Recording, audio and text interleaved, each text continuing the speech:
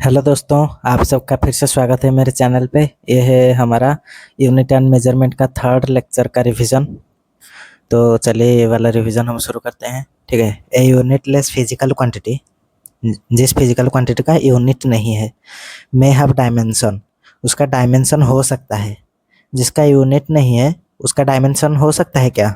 गलत।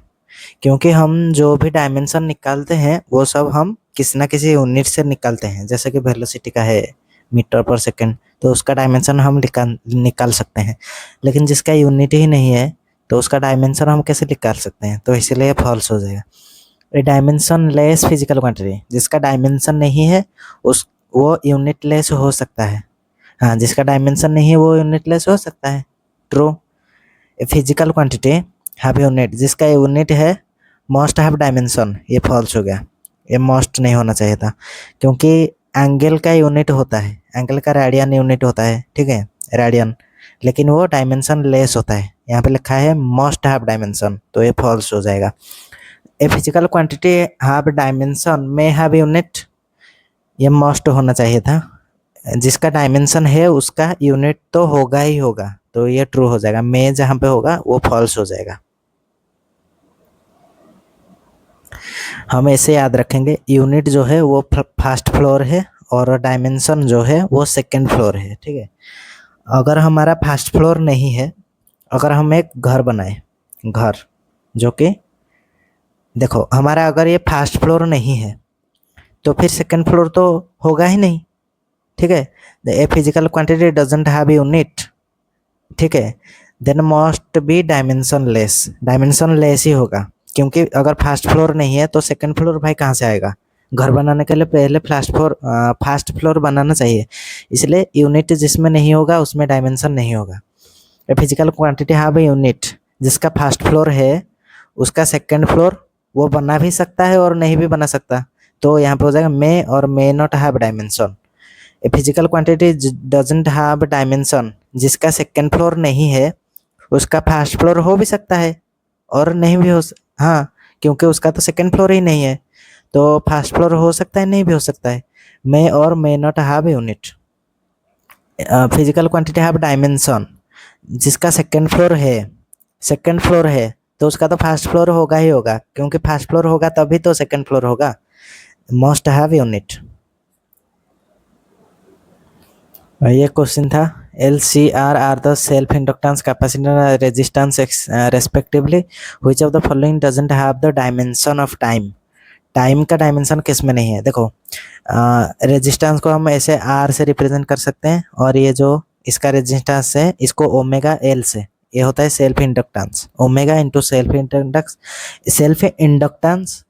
और ये जो है कैपेसिटर का हो जाएगा 1/ओमेगा सी, ये हो जाएगा उसका रेजिस्टेंस। ठीक है। तो इन तीनों को हम इक्वल कर सकते हैं, क्योंकि ये तीनों ही रेजिस्टेंस है, लेकिन रेजिस्टेंस का रिप्रेजेंटेशन अलग अलग है। तो इक्वल करने से R is equal to omega L and 1/ओमेगा सी। तो इन दोनों को इक्वल करने से हमें एल पता चल जाएगा। ठीक है। सॉरी एल नहीं पता चला। R is equal to omega T और ओमेगा एल, एल को हम नीचे लेंगे तो ओमेगा जो हो जाएगा ये होता है 1/टी, तो टी हो जाएगा L/R। तो ये तो टाइम का डायमेंशन निकल के आ गया। और ये जो देखो आर इज इक्वल टू 1/ओमेगा सी, फिर वैसे ही ओमेगा का होता है 1/टी, 1/1/टी एंड सी, ये टी ऊपर चला जाएगा तो ये हो जाएगा T is equal to R/C। ठीक है, क्योंकि ये जो सी है ये उधर जाके आर से मल्टीप्लाई हो जाएगा, तो ये भी टाइम का डायमेंशन आ गया। और हमने करने ओमेगा एल एंड इसका, तो यहाँ से भी देखो ओमेगा यहाँ के मल्टीप्लाई होता है तो ओमेगा स्क्वायर होता है, ये सी जा करके उधर मल्टीप्लाई होता है तो एल सी होता है। ओमेगा बाई ओमेगा होता है 1/टी, तो 1/टी का होल स्क्वायर, टी स्क्वायर ऊपर जाएगा तो हो जाएगा टी स्क्वायर एल सी, तो टी का आ जाएगा √/LC। तो ये भी आ गया टाइम का, ये भी टाइम का, ये भी टाइम का, लेकिन ये वाला टाइम का नहीं है, तो यही होगा करेक्ट आंसर। 4 के जैसे हम 8 मीटर क्या ऐड नहीं कर सकते, क्योंकि इसका क्या है, यूनिट अलग है। एक केजी से केजी हम ऐड कर सकते हैं, आवर आवर से केजी को माइनस नहीं कर सकते, ठीक है। केजी बड़ा होता है मीटर से, ऐसा हम बोल नहीं सकते क्योंकि ये सब गलत हो जाएगा। लेकिन ए प्लस बी दिया है तो हम डायमेंशनली वो बोल सकते हैं कि ए का जो डायमेंशन है बी का वही डायमेंशन होगा। इसको भी बोल सकते हैं A is equal to B is equal to C, मतलब डायमेंशनली सेम होता है, डायमेंशनली, ठीक है। तो इसी को बोला जाता है principle of homogeneity. We can add और सब्ट्रैक्ट और कंपेयर, मतलब कौन बड़ा है कौन छोटा है, ठीक है।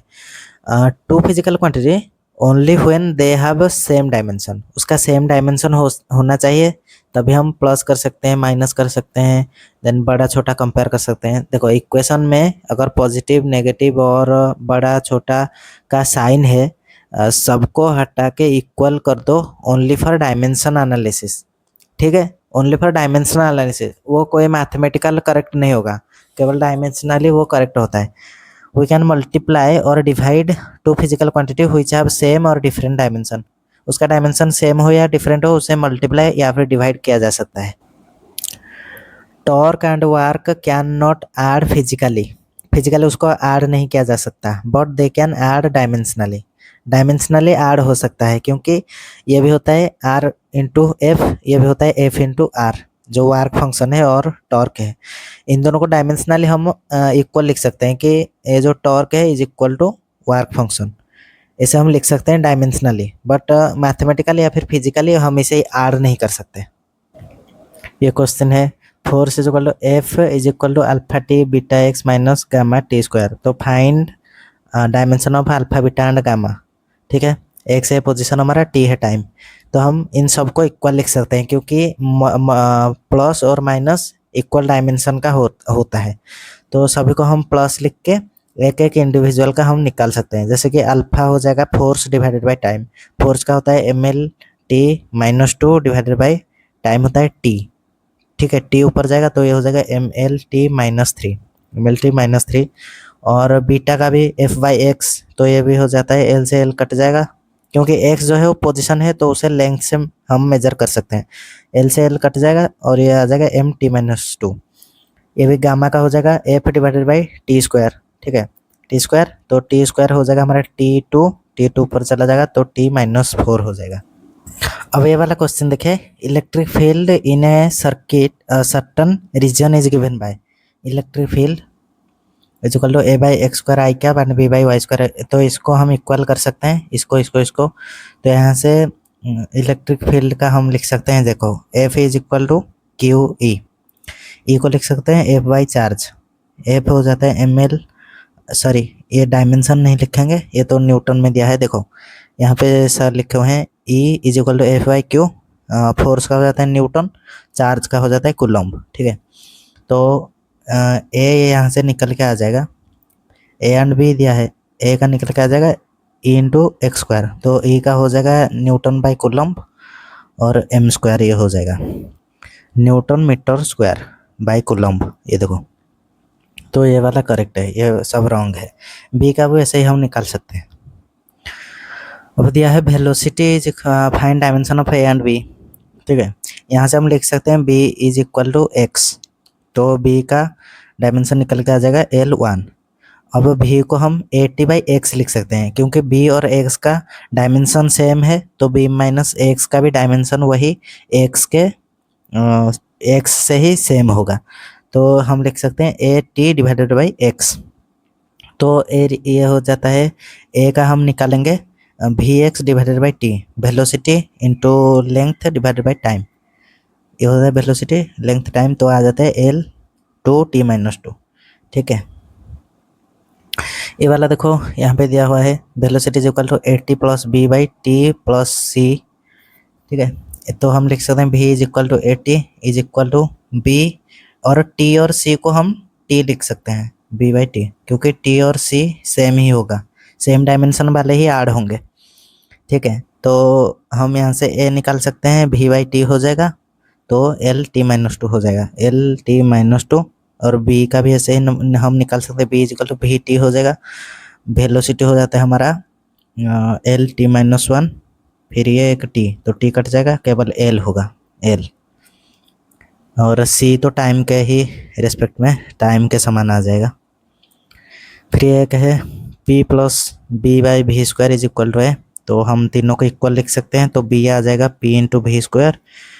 पी होता है हमारा प्रेशर, प्रेशर होता है force by area, M L -1 T -2, तो इसको मल्टीप्लाई कर देंगे इससे, वॉल्यूम से। वॉल्यूम का होता है एल क्यूब और उसका स्क्वायर, तो एल 6 आ जाएगा, एल 6 से ये एल -1 कट जाएगा, तो एल 5 बचेगा, तो ये डायमेंशन आ जाएगा। ऐसे हम डायमेंशनल एनालिसिस कर सकते हैं। अब ये भी वैसा ही है, इसको हम लिख सकते हैं P is equal to A by V square is equal to B theta by V. तो यहाँ से हमें ए निकल के आ जाएगा, इससे मल्टीप्लाई कर देंगे तो ये आ जाएगा। अब चाहिए बी चाहिए, तो पी भी डिवाइडेड बाई थीटा। थीटा यहाँ पे देखो, theta is equal to absolute temperature, तो थीटा हमारा केल्विन पे आएगा, केल्विन। तो ये वाला हमारा वैल्यू निकल के आ जाएगा, क्योंकि ये है pressure volume divided by temperature, तो ये वाला हमारा आ जाता है। फिर work is equal to torque is dimensionally correct but not physically. हाँ, डायमेंशनली ये करेक्ट हो सकता है, लेकिन फिजिकली करेक्ट नहीं होगा। Dimensional correctness of an equation ensures its physical correctness. नहीं, डायमेंशनल करेक्ट हो सकता है तो वो फिजिकली इनकरेक्ट भी हो सकता है, तो इसलिए इंश्योर नहीं करेगा, ये रॉन्ग हो जाएगा। Assertion is true and reason is false. देखो एंगल थीटा, इसे हम रेडियन बोल सकते हैं, तो इसका डायमेंशन नहीं होता, तो डायमेंशन क्या हो जाएगा, 1 हो जाएगा, ठीक है। m0 l0 t0, तो किसी के पावर 0 ये 1 होता है, ये 1 ये 1 ये 1 1 1 1 मल्टीप्लाई 1। आर्क लेंथ होता है हमारा r थीटा, तो थीटा तो हमारा डायमेंशन लेस हो जाता है, तो ये 1 हो जाता है, तो आर्क लेंथ हमारे रेडियस के रेस्पेक्ट में आ जाता है, जो कि होता है लेंथ, l होता है। फिर ये देखो trigonometry function y is equal to sine theta होता है p/h, ये भी लेंथ है, ये भी लेंथ है, तो ये दोनों कट जाता है, तो 1 हो जाता है, ठीक है। एक क्वेश्चन देखो, 7 नंबर वाला question, momentum is equal to alpha sine beta का डायमेंशन 1 हो जाएगा, ठीक है, तो बीटा का भी 1 हो जाएगा, बीटा का 1 हो जाएगा, और p हम लिख सकते हैं p is equal to alpha into 1, क्योंकि ये साइन बीटा जो है ये भी 1 है और बीटा भी 1 है, ठीक है। तो यहाँ से अल्फा निकल के आ जाता है हमारा प्रेशर के समान, ठीक है, सॉरी मोमेंटम के समान। मोमेंटम होता है मास इंटू वेलोसिटी, ये हो जाता है m, ये हो जाता है l t-2 t-1 l, हाँ ml t-1 ये हो जाता है ml t-1। फिर b तो 1 हो जाएगा, तो सबका 0 हो जाएगा। जैसे कि ये देखो मोमेंटम यहाँ से निकल के आएगा, ये जो प्रेशर है फोर्स बाय एरिया, हमें ऐसे निकल सकते हैं। देखो फिजिक्स, चलो ये तो गया। Exponential function y is equal to E का पावर x, ई हो जाता है हमारा 2.71 पावर का x। एक्सपोनेंशियल फंक्शन भी डायमेंशन लेस होता है, तो ये भी डायमेंशन लेस होगा, उसके पावर में जो भी है वो भी डायमेंशन लेस होगा, तो x इज इक्वल टू 1 आ जाएगा, ठीक है, x इज इक्वल टू 1 आ जाएगा। डायमेंशनली भाई साहब, उसका वैल्यू नहीं, dimensionally. Velocity v is equal to alpha E beta T, alpha E का पावर बीटा टी, ठीक है, बीटा टी का वैल्यू हो जाएगा 1, ठीक है, ई बीटा टी का वैल्यू हो जाएगा 1, और v is equal to alpha हो जाएगा, v is equal to alpha, तो अल्फा हो जाएगा वेलोसिटी के समान। B T is equal to 1, तो b हो जाएगा 1 डिवाइडेड बाई टी इनवर्स, ठीक है। अब ये लोगारिथमिक फंक्शन, तो x भी डायमेंशन लेस, ex भी डायमेंशन लेस, अब ये पूरा का पूरा टर्म भी डायमेंशन लेस, ठीक है। थारा भाई MR, theta sine theta E X log X to the base E, सबको 1 लिख देगा, क्योंकि सबका पावर 0 होता है, तो 1 ही हो जाएगा, ठीक है, क्योंकि डायमेंशन लेस होते हैं। केवल इतना नहीं, हम देखे थे ना कल वाले लेक्चर पे कि बहुत से होते हैं डायमेंशन लेस वाला चीज़। जैसे कि ये दिया है physical quantity p is equal to P naught E का पावर, ये जो एक्सपोनेंशियल, इसे बोला जाता है एक्सपोनेंशियल, ई का पावर दिया है माइनस अल्फा टी स्क्वायर, ठीक है। तो ये हो जाएगा 1, इसका वैल्यू 1 हो जाएगा, तो अल्फा निकल के आ जाएगा 1/t², तो टी माइनस टू आ जाएगा, that means T minus two. E to the power minus alpha T square, ये भी 1 हो जाएगा, ठीक है। लेकिन पी का वैल्यू आ जाएगा पी नॉट के समान। The unit vector I cap J cap K cap have units and distance and अच्छा units of distance and dimension इतना L1। अरे भाई साहब, ये कोई लेंथ है क्या? ये तो लेंथ नहीं है, इसको बोला जाता है डायरेक्शन, यूनिट वेक्टर बोला जाता है। तो ये इसके पास तो लेंथ नहीं होता है, यूनिट्स ऑफ डिस्टेंस नहीं होता, ये डायरेक्शन का होता है, तो ये गलत हो जाएगा, ठीक है। The product of scalar into vector, scalar and vector is a new scalar. एक स्केलर का वेक्टर के साथ वेक्टर होता है, स्केलर नहीं होता है, तो दोनों ही फॉल्स हो जाएंगे। Both assertion and reason are false. Force is not added with pressure, force not added with pressure, हाँ, क्योंकि प्रेशर का डायमेंशन अलग होता है, फोर्स का डायमेंशन अलग होता है। अब ये quantities having different dimension and हाँ different dimension are not added और सब्ट्रैक्टेड। हाँ, जिसका डायमेंशन डिफरेंट होता है उसको हम ऐड नहीं कर सकते या फिर सब्ट्रैक्ट नहीं कर सकते, ये भी करेक्ट है। Both are correct, both are correct and ये भी उसका रीजन ही है। फोर्स एक डायमेंशन अलग है, फोर्स का डायमेंशन अलग है, और ये प्रेशर का डायमेंशन भी अलग है। दोनों असर्शन और रीजन करेक्ट हो जाएगा। देखो, साइन के पावर साइन इंटू ये सब, इसको हम लेंगे 1, और उनके अंदर भी जो है वो सबका सेम ही होगा, ठीक है।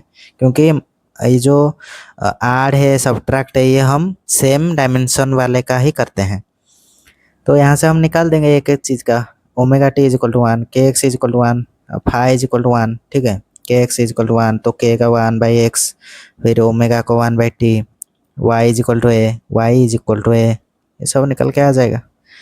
ये भी वैसा ही है, भी इज इक्वल टू अल्फा/बी हो जाएगा, तो यहाँ से अल्फा निकाल सकते हैं भी बी, बट यहाँ से अल्फा निकाल सकते हैं हम आसानी से, तो अल्फा टी हो जाएगा 1, अल्फा हो जाएगा टी माइनस 1, तो यहाँ पे अल्फा को हम पुट कर सकते हैं, बीटा हो जाएगा अल्फा/भी, तो अल्फा हो जाता है टी माइनस 1, वेलोसिटी हो जाता है टी एल टी माइनस 1, ये कट जाएगा, एल माइनस 1 बचेगा। ये वेलोसिटी भी इज इक्वल टू इतना इतना इतना, then find dimension of alpha beta and gamma, ये तो करे हुए हैं भाई साहब, कितने करें, ये भी हो गया है। अब मोमेंटम ऑफ, क्योंकि वीडियो बहुत ज़्यादा लंबा हो जाता है, momentum of object is given bye इतना इतना, तो गामा एक्स को हम 1 लिख सकते हैं, गामा एक्स को 1, तो यहाँ पे गामा निकल के आ जाएगा 1/x, तो एल माइनस 1।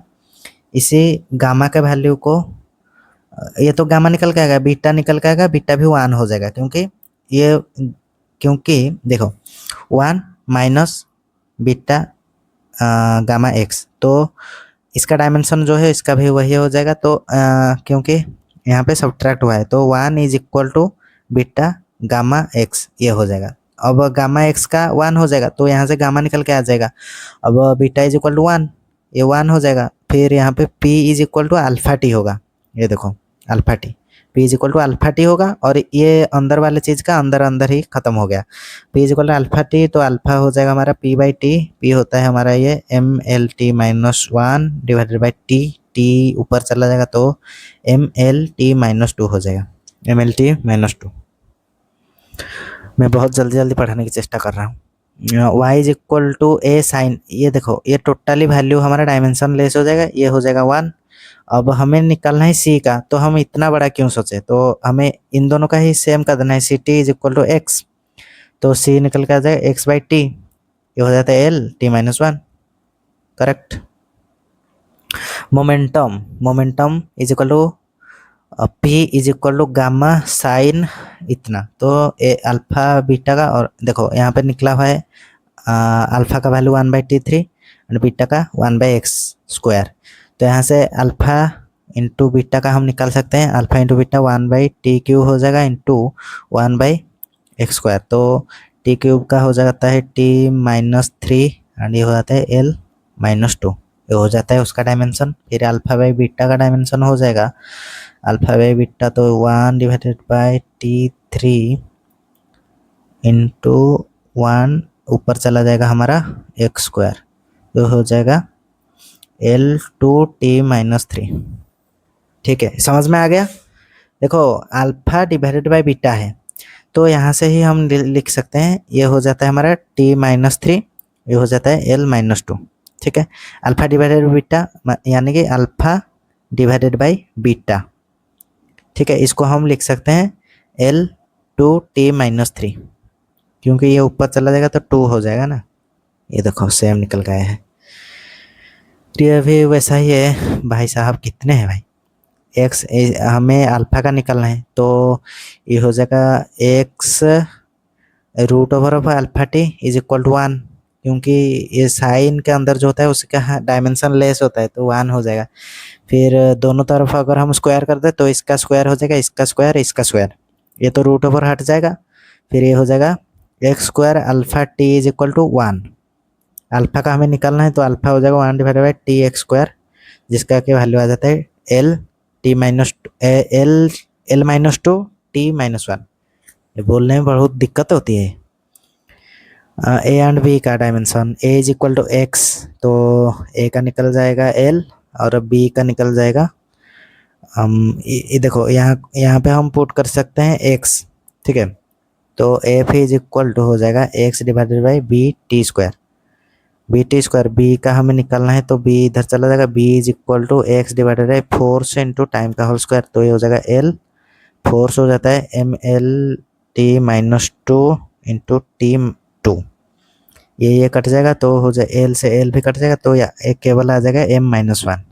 अरे भाई साहब, ये केवल आ जाएगा m-1। अब dimension of a differential term, जैसे चेंज इन लेंथ, तो L final minus L initial, तो इसका लेंथ के साथ ही समान रहेगा। स्मॉल चेंज डी एल, जैसे कि डी एल का भी एल के साथ समान रहेगा। जैसे कि D Y by D X, तो इसका सेम होता है वाई बाई एक्स से। And d² Y divided by, अरे भाई साहब फिर से वही गंदी हरकत, d² Y divided by dx², ये हो जाएगा हमारा y डिवाइडेड बाई x² के साथ सेम, क्योंकि यहाँ पे डायमेंशन निकाला जा रहा है।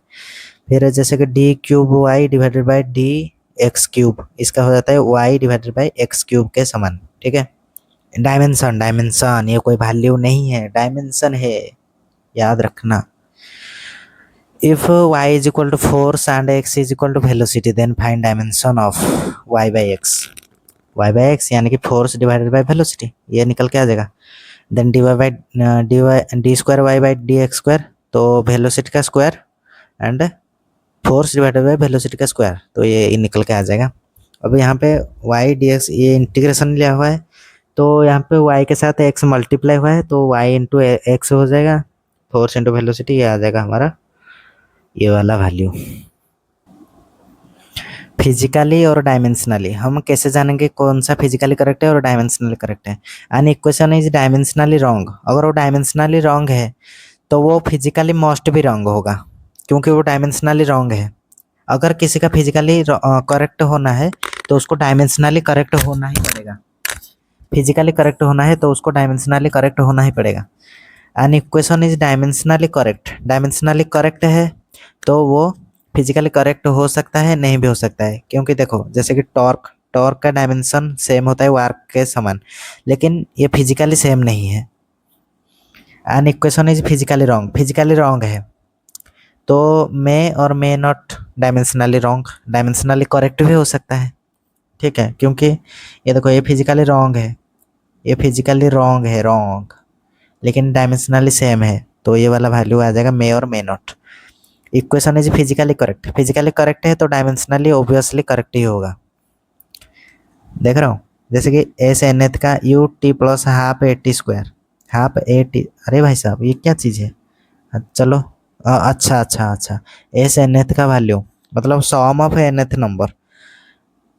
अबे यार ये क्या निकाला है, A by two, two N minus one, पता नहीं, चलो जो भी है। Work equal to torque plus energy.